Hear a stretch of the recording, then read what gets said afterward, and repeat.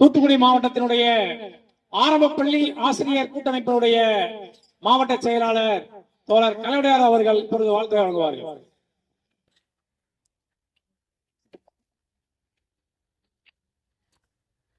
அநீதிக்கு எதிராக பொங்கி எழுபவனெல்லாம் என் தோழனே என்ற புரட்சியாளன் சேகுவராவின் பிறந்த நாளான இன்று தமிழ்நாடு முதுநிலை பட்டதாரி ஆசிரியர்களும் சார்பில் மாவட்ட முதன்மை கல்வி அலுவலகம் முன்பாக 10 அம்ச கோரிக்கைகளை வலியுறுத்தி எழுச்சியோடு நடைபெற்றுக் கொண்டிருக்கும் இந்த ஆர்ப்பாட்டம், இதன் கோரிக்கைகள் வெல்ல வேண்டும் என்று தமிழ்நாடு ஆரம்ப பள்ளி ஆசிரியர் கூட்டணி தூத்துக்குடி மாவட்டத்தில் சார்பாக வாழ்த்துகிறோம். தோழர்களே, இந்த 10 அம்ச கோரிக்கைகளில் பெரும்பாலானவை 2019 ஜாக்டோஜியோ போராட்டத்தில் நாம் முன்வைத்த கோரிக்கைகள். சிபிஎஸ் திட்டம் ரத்து செய்யப்பட வேண்டும். அதற்கடுத்தாக இணைந்து கொண்டது ஈட்டிய விடுப்பு ஒப்படைப்படை, உயர்கல்விக்கான ஊக்க ஊதிய உயர்வு பறிப்பு. அதற்கடுத்ததாக இரண்டாவது கோரிக்கையாக நீங்கள் பட்டியலிட்டுள்ளது 2009 பின்பு பணியமர்த்தப்பட்ட முதுநிலை பட்டதாரி ஆசிரியர்களுக்கான ஊதிய முரண்பாடு. தோழர்களே, 2006 இருந்து தமிழ்நாட்டில் இடைநிலை ஆசிரியர்களுக்கும் முதுநிலை பட்டதாரி ஆசிரியர்களுக்கும், அது என்னன்னு தெரியல, கடைநிலையில் உள்ள இடைநிலை ஆசிரியர்களையும் உயர்மட்டத்தில் உள்ள முதுநிலை ஆசிரியர்களுக்கும் ஒரு மிகப்பெரிய அநீதியை இப்போது ஆட்சியில் இருக்கும் இந்த திமுக அரசு அல்ல, இவருடைய அப்பனான திமுக அரசு இழைத்து விட்டு சென்று விட்டது. அதை மகனாவது சரி கட்டுவாரா என்ற ரீதியில் தான் நம்முடைய அரசியல் மாற்றம் நடந்திருக்கு. தோழர்களே, நேற்றைய தினம் நாங்கள் தமிழ்நாடு ஆரம்ப பள்ளி ஆசிரியர் கூட்டணி சார்பாக நம்முடைய மாவட்ட கருவூல அலுவலகம் முன்பாக ஒரு மாபெரும் ஆர்ப்பாட்டத்தினை நடத்தினோம். 2 கோரிக்கை தான். இந்த காலகட்டத்தில் நாம் அவசியமாக கருத வேண்டிய NHIS நடைபெறக்கூடிய முறைகேடு, அடுத்ததாக IFHRMS தானாகவே கட்டாயமாக வரிப்பிடித்தம் செய்யப்படும் முறை. இந்த 2ஐயும் கண்டித்து நேற்று ஒரு ஆர்ப்பாட்டம் நடத்தினோம். தோழர்கள், இந்த NHIS எல்லாம் நீங்க பாத்தீங்கன்னா சாதாரணமா நமக்கு நம்முடைய ஆசிரியர்கள் மாசம் 300 ரூபாய் தானே கட்டுறோம், பிடிக்கிறாங்க அப்படிங்கறதுல கடந்து போயிடுறாங்க. தோழர்களே, 2008 வரைக்கும் நமக்கு மருத்துவ நலநிதியாக 10 ரூபாய் தான் பிடித்தோம். அந்த 10 ரூபாய் பிடிக்கும் போதே நமக்கு 1 லட்சம் ரூபாய் வரைக்கும் காப்பீட்டு திட்டம் உண்டு. யாராவது நம்ம அப்பா அம்மா அல்லது தாத்தா பாட்டி அரசு ஊழியர் ஆசிரியராயிருந்தா அவங்களுடைய அறுவை சிகிச்சைக்காக அப்பொழுதே ட்ரீட்மெண்ட் எடுத்துட்டு பில்லோட கொண்டு போய் ட்ரெஸரியில சப்மிட் பண்ணா 1 லட்சம் ரூபாய் சாங்ஷன் பண்ணிடுவாங்க. 2008 அன்றைய முதல்வர் கலைஞர் அவர்கள் அந்த 10 ரூபாய் பிடித்த 20 ரூபாயாக மாற்றி 2 லட்சம் ரூபாய் என்ற காப்பீட்டை திட்டத்தை கொண்டு வந்தார்.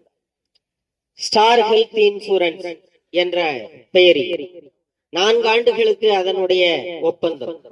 2012 அந்த 20 ரூபாய் படிப்படியாக உயராமல் ஒரே அடியாக 150 ரூபாயாக உயர்த்தப்பட்டது. அந்த 150 ரூபாயாக உயர்ந்து நம்முடைய காப்பீடு 4 லட்சம் ரூபாய் என்று உயர்த்தப்பட்டது.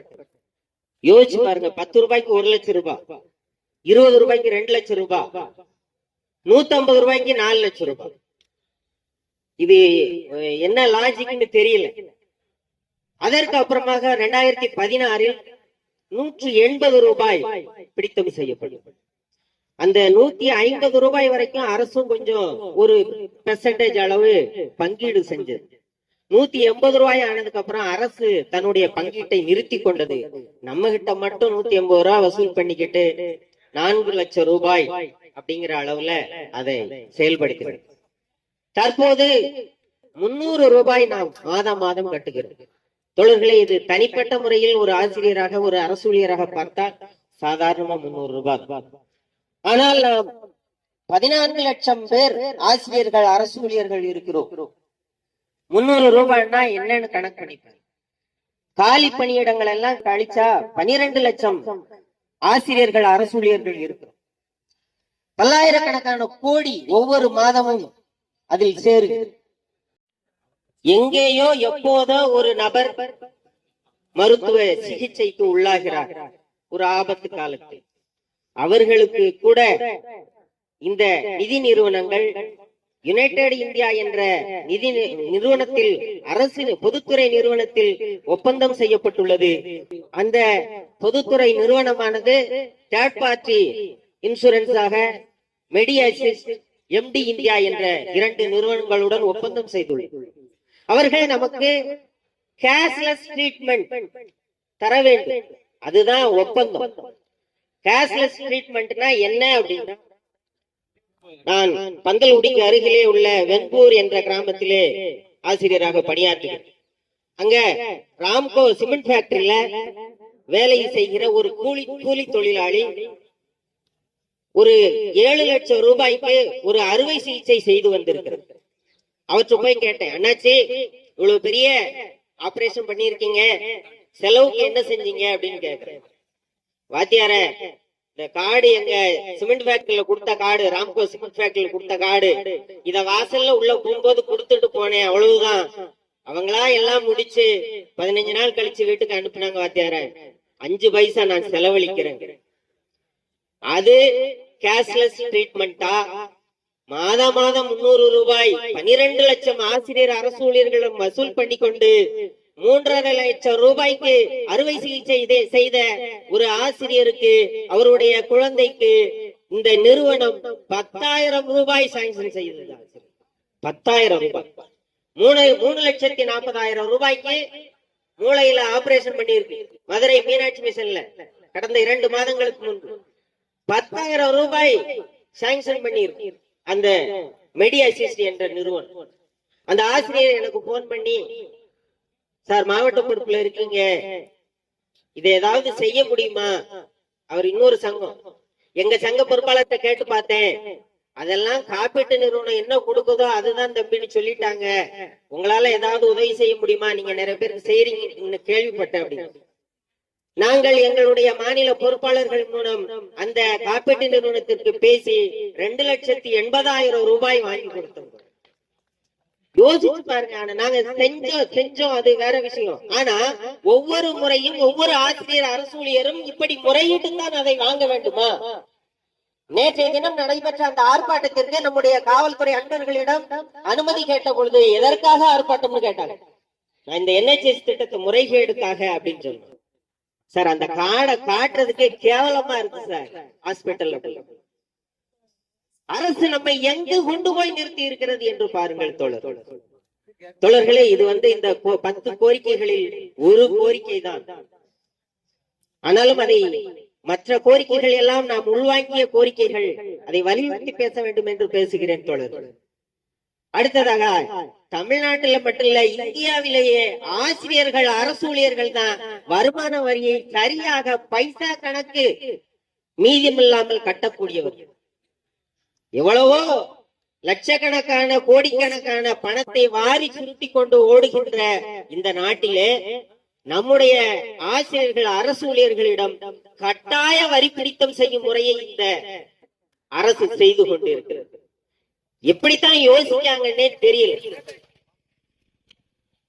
வரியே வராதவங்களுக்கு, இடைநிலை ஆசிரியர்கள் எல்லாம் பாத்தீங்கன்னா 2009 பிறகு அப்பாயின்மெண்ட் ஆனவங்க இன்னும் அந்த வரி கட்டக்கூடிய அந்த தகுதியை பெறவில்லை.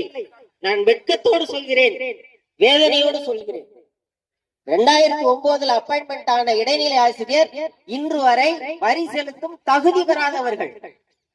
நீங்க EWS 8 லட்சத்துக்கு கீழே வாங்குறவங்களுக்கு எல்லாம் இடஒதுக்கீடு கொடுக்கறாங்க 10%. 8 லட்சம், அவங்க இன்னும் 5 லட்சத்துக்கே வரலங்க. அப்படிப்பட்ட ஆசிரியர்களிடம் 3,000 ரூபாய் 4,000 ரூபாய் பிடித்தம் செய்து வைத்திருக்கிறது இந்த அரசு. அதை எப்படி மீட்டெடுப்பது? எப்பொழுது மீட்டெடுப்பது? நாம 4 குவார்டர்ல முதல் குவார்டர்ல பணம் கட்டாட்டி நமக்கு என்ன போடுறாங்க தெரியுமா? போன இயர்ல இருந்து ஃபைன் போடுறாங்க.